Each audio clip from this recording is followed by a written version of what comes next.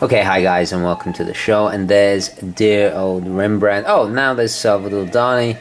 Incredible picture. Anyway, we're not discussing art today, or little Hugo here. I actually wanted to share with you guys a poll I held in the Facebook group. What is your favorite urban gentry watch term or saying? Feel free to nominate your own in case I forget. And look at the staggering response. So there was things like, let's switch perspectives. Magnetism, onwards and upwards, of course. That's one of my definite TGV catchphrase there. Squalid, Jurassic Park. Well, that's Alan Partridge, but I would love to say that, but I don't. Sorry for the NYPD siren. It's New York. Besotted, yep. Wristwatch check. Now, I actually voted for that. I should have copyrighted that. The Germans, absolutely stunning. I do say that a lot. Schwarzkopf, of course. Ghastly, chuffed a bit. Put it on a NATO in third. Donkeys number 2, which of course is a TGV measurement of time. And number 1, without how many votes? With a staggering 295 votes, or 96, including Jeremy there. Pure class. Anyway, a really nice, fun way to start the episode. Let's roll the intro and get on with today's episode. Just crossed the bridge. Now we're here. We're going to do a whole way around the island.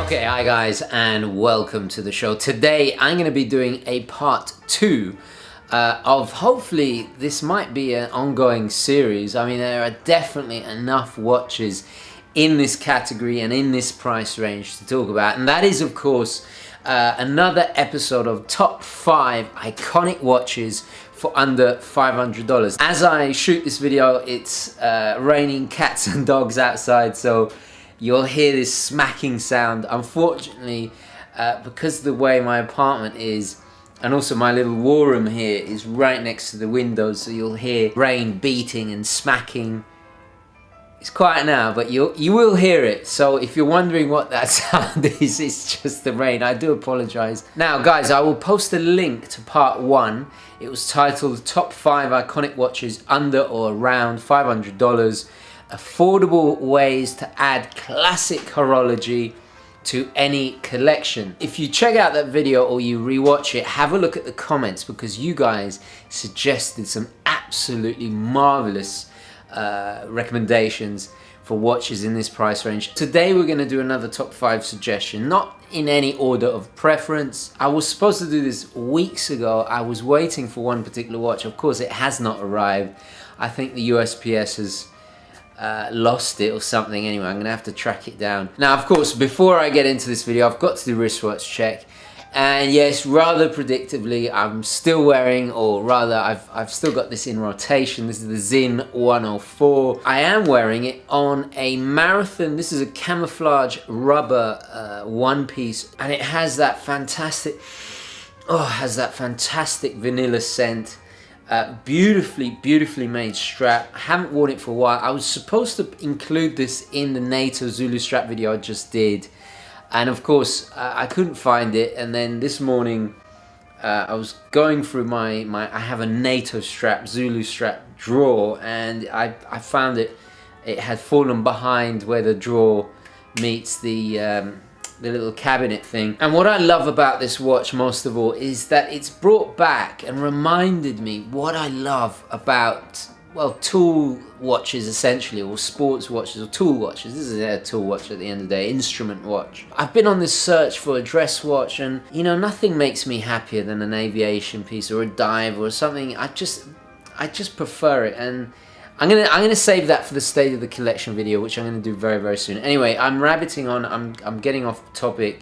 Great, fantastic watch. I just re-reviewed it So check out that video as well. So yeah, wristwatch check done. Anyway, let's get on with today's topic of discussion. So let's start with our first watch, and it is the most affordable of the watches we will be discussing today, and it is of course the Swatch watch. And somebody very cleverly did suggest this and I completely forgot, but I collected these like crazy when I was a kid. I absolutely adored them. You can have so much fun because they are relatively affordable. Now, the Swatch company or brand is a Swiss watchmaker, of course, and it was formed in 1983 as a reaction to the 70s quartz crisis. And it's a very clever concept. The word Swatch actually is an amalgamation or a contraction of the words second and watch. And that's the key concept behind it. It was designed as something fun, affordable, and kind of a disposable, I don't like to use that word, but you know, something that is relatively affordable to pick up, which makes it very, very collectible. They're fun, casual, they're very instantly recognizable for their quite outlandish designs, usually with bright colors. The 80s ones now are very, very sought after. Now, I was lucky enough to track down one of these, and this is actually from 1994. I'll include some close-ups. This is a collaboration with the American or New York artist Keith Haring. I was lucky enough to track this down for 40 bucks. Now, this is a 1994 release. The ones from the 80s are worth big money now. I didn't actually buy this to wear. I bought this as an investment because whenever you see collaborations with artists, there's a whole spate of them in the 80s and 90s, but Keith Haring in particular, he was a graffiti artist and he used pictorial, he had a whole language of his own. In fact, he studied language, and he would create this kind of graffiti style. It was a continuation of pop art that preceded him. Now, these are becoming extremely collectible because of the artist connotation, because obviously they don't make these anymore. This is the smaller size, 34mm. Obviously, it's a quartz, immaculate condition. I won it in a bid. You can still find them and pick these up on eBay. It just shows you that it doesn't have to be an automatic. It doesn't have to be a high-end, prestigious horology movement to be collectible and sought after, to be a good investment as well. And this is typical. We have his quite iconic double dog motif on the dial. Yeah, it's not my taste when it comes to art. I like more classical things, as you can see. Maybe I should wear it. I don't know. Maybe I should wear it, but I just feel that it's in such immaculate condition. I don't really want to damage it, which is ironic because it's, you know, it's just the quartz, you know, essentially a plastic silicone watch.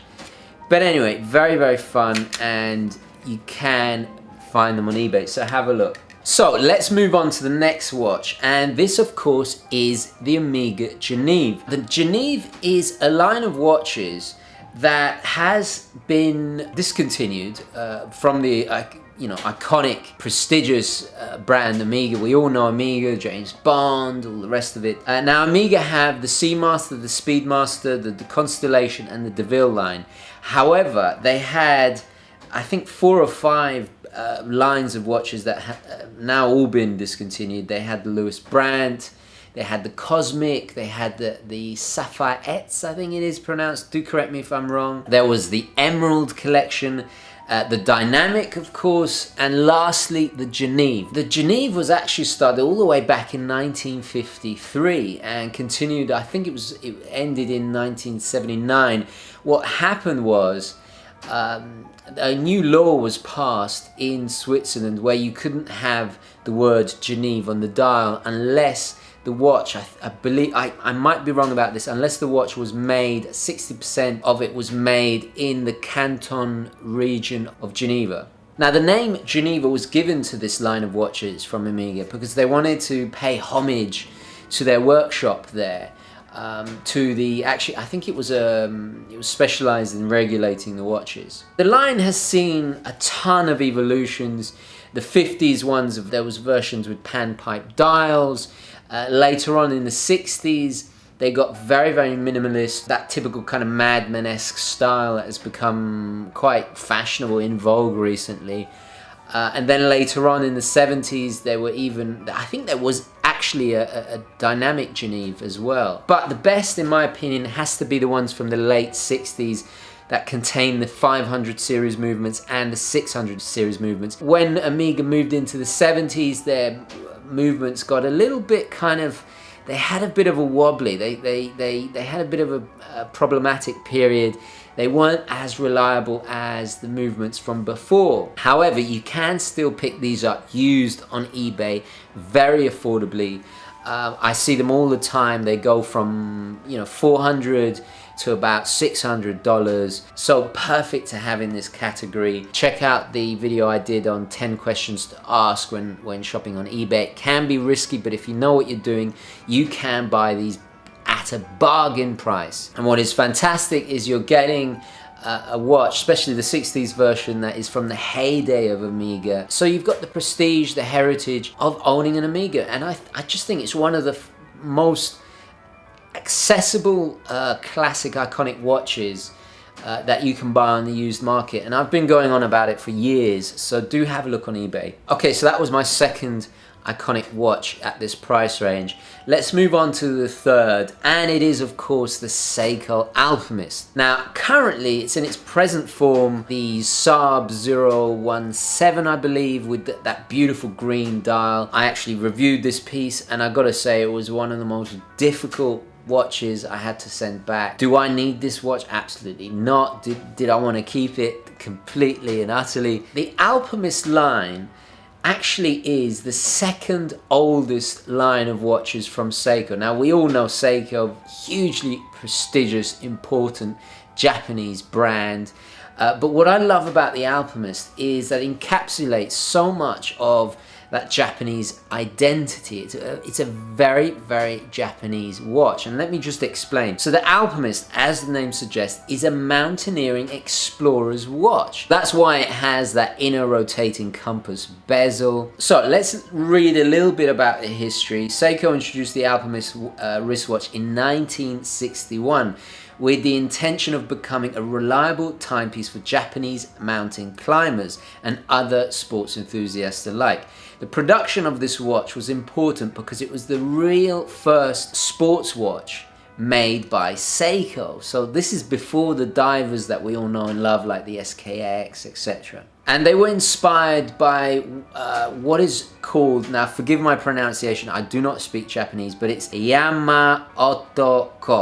Yama-otoko. These are Japanese mountaineering men, or actually it translates to Japanese mountain gentlemen, right? Now, of course, I'm a big fan of classic Japanese art, and if it's one thing that is integral to Japanese art, is always nature, is always the biggest subject in the picture. So these mountaineering gentlemen, in their free time, would go trekking up mountains. So they required something rugged, dependable, robust, and yet had features for navigation, hence the compass, etc. But as the word gentleman suggests, it had to be quite elegant as well. And that is something I do like about the Saab 017. It is a remarkably elegant watch. And that is why you get the gold tone details on the dial. It's a smaller, it wears like a dress watch, but yet it's a sports watch. It does have quite close parallels to the Rolex Datejust or the Rolex Explorer, but even more elegant. Look at the cathedral hands, for example. In 2003 there was a GMT version, and these older ones, they're getting quite difficult to find. They occasionally pop up on eBay, but I still think actually the best is, you might as well just buy a new one. Long Island watches do stock the Alchemist, although it does sell out very, very quickly. We've got the Seiko 6R15 caliber, the same as in my Saab 033. I adore that movement. Very, very solid movement. And I caught some flack because I actually said I prefer it to the ETA 2824. Now, yes, the ETA 24 has the smoother sweep because it operates at 28,800 vibrations an hour. This one operates at a slower rate of 21,600, but it adds to its robustness because you get less friction and movement in the actual wheels and mechanics of the watch, so of the movement, sorry. So it prolongs its life. These movements go on for absolutely donkeys. You just don't have to worry about them. Also, you got the Deer Shock protection.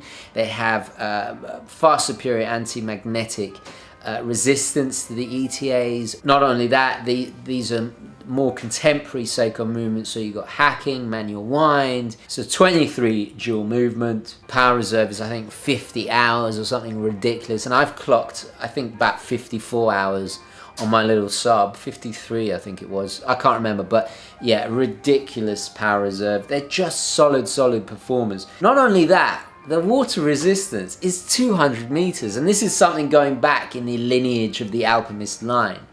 It's very crucial that they were obviously water resistant because of the moisture that you're probably going to encounter at these altitudes, the snow-capped peaks of these mountains, obviously. So we got all the modern updates. It's got sapphire glass. Being a Japanese domestic model, they are finished impeccably well. Beautiful attention to detail. I adore them, I really do. Now the Sub 017 comes in this stunning sunburst green, emerald green dial. Although I am wearing green and a camouflage NATO strap today, I'm not a big fan of green in general. I love olive green, but green for me just doesn't work. Had it been blue, gosh, I'd have it on my wrist as we speak. Incredible watches and a definite icon and very overlooked. Probably the rarest is the red Alchemist, which is basically, it's a little bit like the red Sub. It has just it's black dial. It has a tiny bit of red text on the dial, and it's become extremely sought after. That one did have the high beat 28,800 vibrations an hour movement. I believe it was the 4S15. When was that? That was back in the 95, I think, 90s, yeah. It even had a Cyclops on the yeah, very cool. I'm just drooling over them now. Anyway, let's move on to the next icon. And something completely different. Yes, the data bank. Now this is my little data bank. I got given this for Christmas. Very fun watch. The data bank is obviously a digital watch. This is the DBC611. It's still actually manufactured by Casio to this day. I think they're about 50, 60 bucks. Very fun, very retro, very indicative of the 80s. The original data banks debuted in 1984, so really synonymous with that whole period. The databank was a kind of succession or souped up version of the calculator watch. So basically they took the calculator watch and added the databank complication, which is simply the ability to store phone numbers, little memos, very simple things like that. This particular version, it's got 13 languages. You get all the things you expect, like 5 multifunction alarms, which is probably why I love to Schwarzkopf this particular watch. You can store basic memos, I think about 25 entries, calculator, of course, dual time, and I'm pretty sure it has a currency converter as well, so actually very practical. In a way, these were the first original smartwatches, and I love them because they take me back to school. I always wanted one, and yet, you know, when I was a kid they were very expensive. The accessory of the yuppie, of the kind of loads of money generation, you know, Harry Enfield, loads of money, all of that. Loads of money! Of course, there was the gold-plated version as well. And as of 2016, Casio still sells a variety. I think there's about 4 different versions. There's the CA53W, which is the plastic resin, the CA56, and then of course there's the steel versions. There's the DB36 and variations on that particular model as well. Very fun, very affordable, very iconic, extremely comfortable. What I like is the size is still, you know, they've still got that 80s size. The versions they put out today, they haven't changed them one jot. You know, you got the backlight. In fact, actually, to be honest, you really don't need anything more than this. This and an automatic watch, you'd be sorted. I love these tapering bracelets. Just stunning, just stunning. And the fact that you could just flip this up, this little clasp up, slide it along, you can get a really comfortable fit. I think it's fun because it brings back a certain, maybe a little bit puerile, but that wonder, you know, that kind of Dick Tracy watch that I think one day will be possible, but hasn't really, I mean, we haven't really seen smartwatches still to this day, with all the advancements in technology, be as fun and enjoyable as this so far. So, you know, I can't wait. These watches, in a strange way, they do excite me about the future. I mean, just imagine, you know, everything all the technology in here in a watch this size. It's just, you know, I can't wait for that to happen. We haven't got there yet, but very, very, very cool. You know, date, obviously. Great way to add a bit of pizzazz, bit of extra enjoyment to a collection without breaking the bank. Okay, fifth and final watch, and probably the most important horologically of all of today's selection, and that is the Eterna-matic. Now, Eterna, we've mentioned this brand, well, I've done reviews of several Eterna watches, hugely important Swiss brand. Now, of course, these days they're owned by a giant Chinese conglomerate.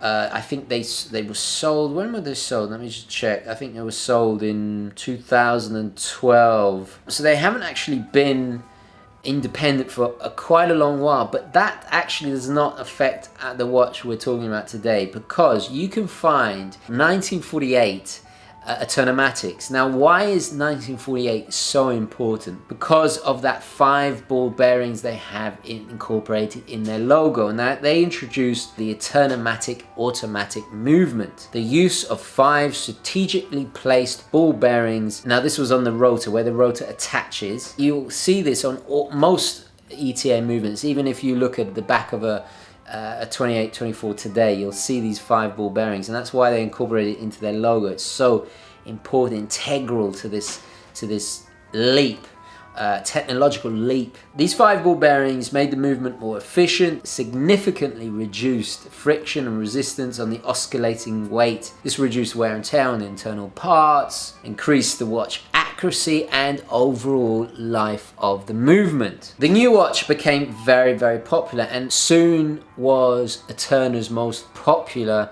watch. They really haven't eclipsed that achievement ever. Now, the second reason is they were responsible for the formation and founding ETA, or the ETA subsidiary company. It was a subsidiary company of Eterna. This was way back, when was this? This was way back in 1932. You can always find great deals on Eterna-matics, and they are hugely important. And the great thing is, the vintage ones that you find on eBay, these were made by Eterna in Switzerland before they were sold off, when they were still a Swiss company, not owned by, you know, overseas jewelry conglomerates. It still embodies everything that Eterna was so great for. An amazing brand, and I actually still like some of the modern Eternas too. Don't get me wrong, I don't want to be a snob about it, but I don't think it compares to the charm, the romance, and the wonder of that age, and to the fact you can pick them up for, you know, $400-500 is fantastic. So just to share, I'll put an image up now of the one I was looking at on eBay.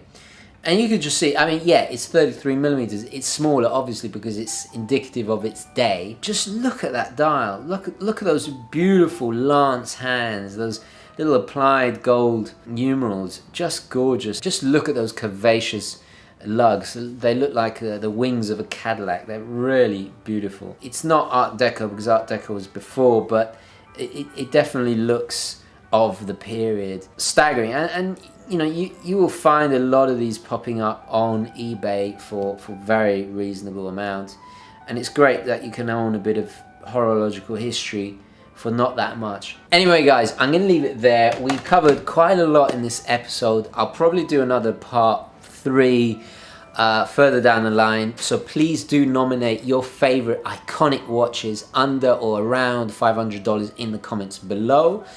Guys, if you're watching this for the first time or you haven't seen part 1, before you nominate, do make sure I didn't talk about it or discuss it in part 1. So thoughts, queries, questions, all the rest of it down in the comments below. I really do appreciate having your feedback. Thank you very, very much for watching. Please don't forget to like this video if you enjoyed it, found it useful. And as always, guys, I will catch you in the next one. Okay, ciao.